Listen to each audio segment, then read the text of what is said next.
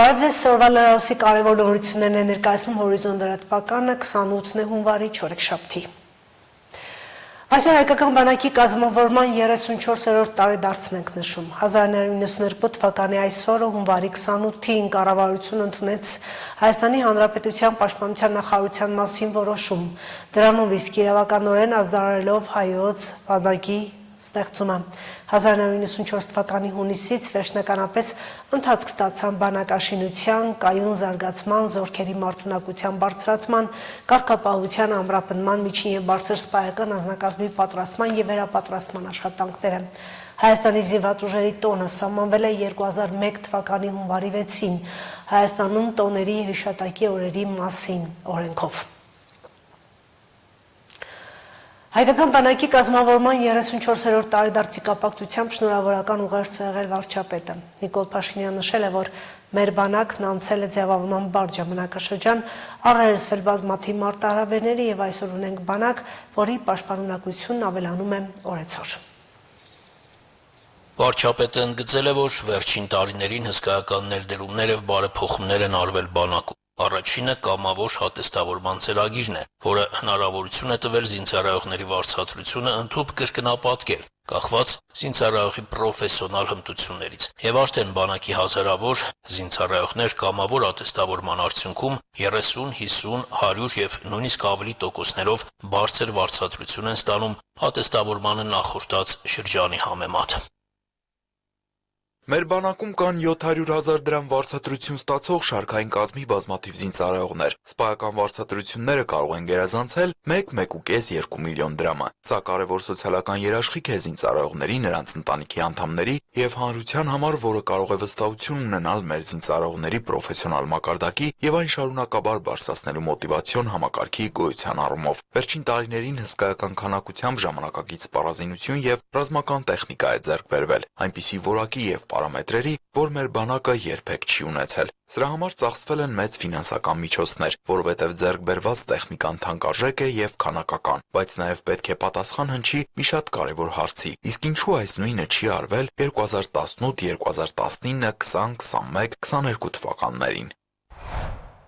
Այս հարցի պատասխանը հետևյալն է. սպառազինություն եւ տեխնիկայի վաճառքի պոտենցիալ ունեցող մեր գրեթե բոլոր միջազգային գործընկերները քաղաքավարի մերժել են զենքի վաճառքը Հայաստանին երկու հիմնական պատճառաբանությամբ։ Առաջինը, վստահ չէին, որ այդ զենքը չէր տեղակայվի Հայաստանի միջազգայինորեն ճանաչված տարածքից դուրս։ Երկրորդ, վստահ չէին, որ այդ զենքերի գաղտնի պարամետրերը հասանելի չէին դառնա ՀԱՊԿ-ին, որին Հայաստանի անդամակցությունը նույնպես խոչընդոտ էր նման գործարքներ կնքելու համար։ Իսկ ՀԱՊԿ գործընկերները 2022 թվականի սեպտեմբերի դրությամբ հրաժարվում էին կատարել Հայաստանի անվտանգությունն ու տարածքային ամբողջականությունը երաշխավորելու պայմանագրային պարտավորությունները, հրաժարվում էին նաև մատակարարել 100 միլիոնավոր դոլարի սպառազինություն եւ տեխնիկա, ինչի համար վճարումները Հայաստանի Հանրապետությունը արդեն կատարել էր։ Սա ըստ վարչապետի գոյաբանական սպառնալիք էր Հայաստանի Հանրապետության համար եւ ակնհայտ էր, որ մեր պետականությունը վերացնելու, մեր ինքնիշխանությունը զրոյացնելու որոշում է կայացված։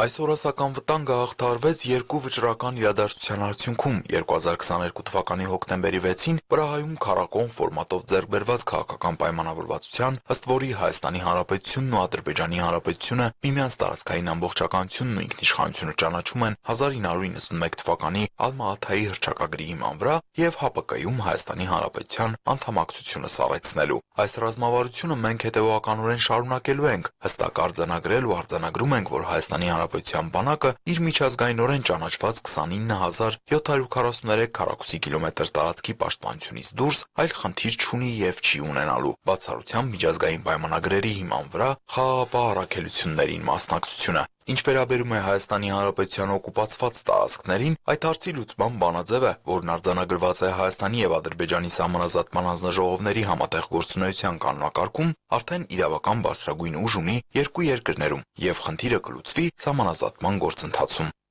Վարչապետը նաև արձանագրում է, որ վերջին տարիներին մեր բանակում տեղի ունեցած բարեփոխումները կարելի է երկար թվարկել։ Հատուկ հիշատակման է արժանի Պաշտպան Հայրենյաց ծրագիրը, որում ընդգրկված հազարավոր զորակոչիկները պայմանագրային զինծառայող դառնալու կամավոր ատեստավորման բարձր վարձատրություն ստանալու եւ ծառայության ընթացքում իրենց տանն ապրելու հնարավորություն են ստացել։ Այսօր 19 տարեկան բազմաթիվ զինծառայողներ ունենք, ովքեր 500-600 հազար դրամ ամենամսյա վարձատրություն են ստանում։ Երկրի ղեկավարը համոզված է, որ դրանցից շատերը հետագայում պայմանագրային զինծառայությունը շարունակելու, այդ թվում սպայական կրթություն ստանալու եւ որպես սպա ծառայելու որոշում են կայացնելու։ Ապա Նիկոլ Փաշինյանը անդրադառնում է պարտադիր ժամկետային զինծառայության ժամկետի կրճատմանը, ընդգծելով, որ դա էականորեն բարելավում է պարտադիր ժամկետային զինծառայության պայմանները։ Հաջորդ արձանագրումը մեծ ծավալի ամրաշինական աշխատանքներն են, որ իրականացվում են մեր սահմանների երկայնքով եւ որոնք նոր խոսք են բերել մեր պաշտպանական համակարգում։ Ուղերձի ժանրը հնարավորություն չի տալիս ավելի ծավալվելու, բայց այն, ինչ բանակում իրականացվել է վերջին տարիներին, անկյունաքար է մեր պետության հարատևության, անկախության, ինքնիշխանության, տարածքային ամբողջականության եւ սահմանների անձեռնմխելիության համար, բայց նաեւ ուզում եմ ընդգծել, մենք պատերազմի չենք պատրաստվում, որովհետեւ պատերազմ չի լինելու։ Հայաստանի Հանրապետության եւ Ադրբեջանի Հանրապետության միջեւ խաղաղություն է հաստատված եւ խաղաղությունից ավելի հուսալի անվտանգության երաշխիք չկա։ Մենք ուժեղացնելու ենք անվտանգության այդ ամենահուսալի երաշխիքը։ Վարչապետը ընդգծում է նաև, որ բանակի զարգացումը շարունակվելու է անընդհատ, որովհետև բանակը պետության կարևորագույն ինստիտուտներից է եւ չափազանց կարևոր է ունենալ ուժեղ պաշտպանունակ բանակ ապագայի պայմանական սպառնալիքներին դիմակայելու համար, այն դեպքերում, երբ դիվանագիտությունը ի վիճակի չի լինի դա անել։ Ուժեղ բանակ չունեցող երկիրը խոցել է եւ կարող է գայթակղիչ լինել ագրեսիայի համար։ Հայաստանի Հանրապետությունը այսպիսին չպետք է լինի երբեք։ Շնորհավորական ուղերձը Նիկոլ Փաշինյանը ավարտում է «Փառք նահատակներին» եւ «Կեցցե Հայաստանի Հանրապետությունը» խոսքերով։ Շանթերոստանգերություն, Հորիզոն։ Հայաստանի Հանրապետության բանակը խաղաղության պահպանման, պետականության ամրապնդման եւ հասարակության զարգացման առանցքային հիմնասյունն է իր ուղերձում նշել ազգային ժողովի նախագահ Ալեն Սիմոնյանը։ Մեր հաջորդ տեսանյութում եւս հունվարի 28-ին նվիրված շնորհավորանքներ են։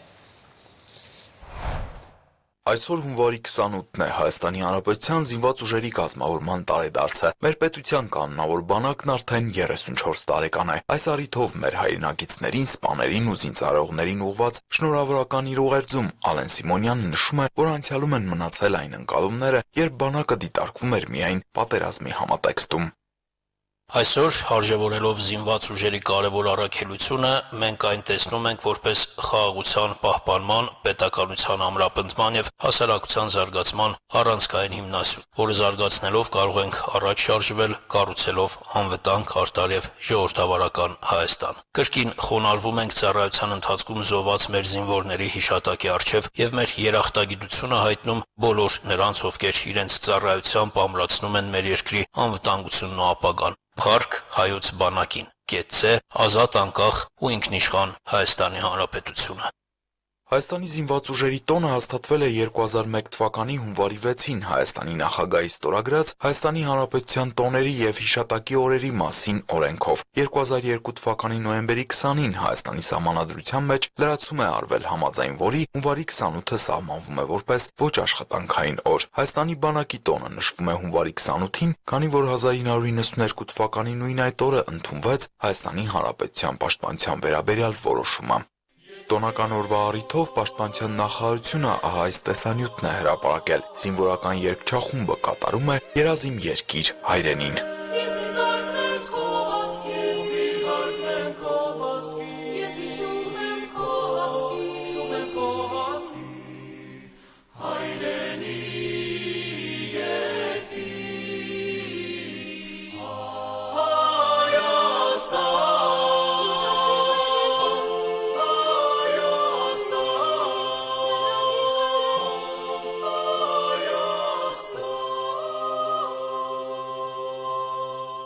Այս տեսանյութում էլ ներքին գործերի նախարարության փրկարարծառայության աշխատակիցների շնորհավորանքն է հայոց բանակի կազմավորման 34-րդ տարեդարձի կապակցությամբ։ Հունվարի 28-ը մեր ազգային հպարտության օրերից մեկն է։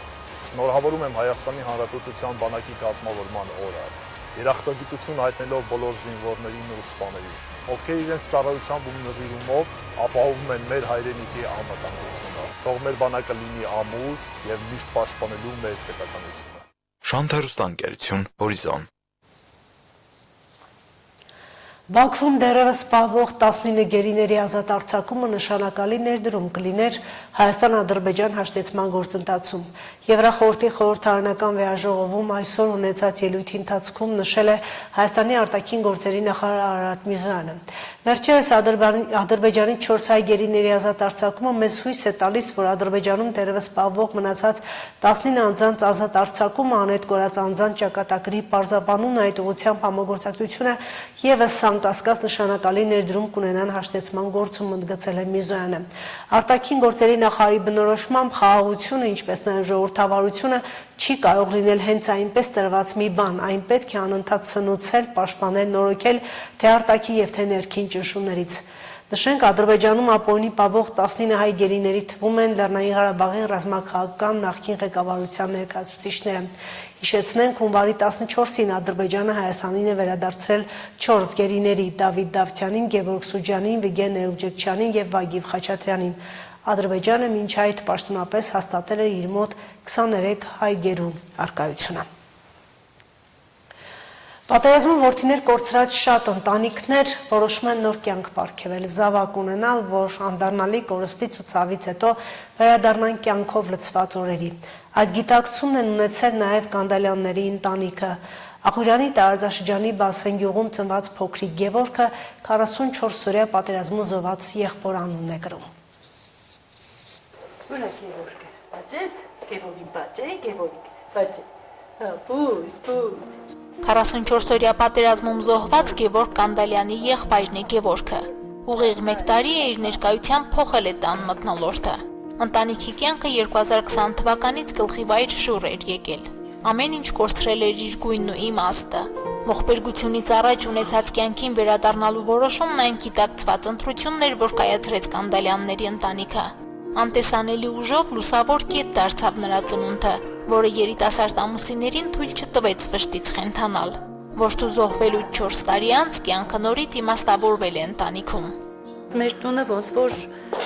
ամայի, դադարք, չէ, մտածեցինք ես ու ամուսինս աղջիկս, այսպես չի լինի, մենք կգնանք խելագարության, որպես մեզ պոպան, որպես մեզ ապրելու ուժ կդանք մեր մեջ, ունեցանք փոքրիկ Գևորգին, որ մեծանա, իր աղբոր բացը լրացնի, ջան։ Կյանքի, սիրո եւ հույսի ծնունդ է Գևորգը, եղբոր անվանադիրը։ Տան ուրախությունն է ժպիտ է բերել ծնողների դեմքին։ Փոխել է տան մթնոլորտն ու տրամադրությունը։ Իրոք փոխեց։ Չնայած մեր Գևորգը մեր մտքում է, մեր սրտում է, բայց այս փոքրը փոխեց, մեկ քիչ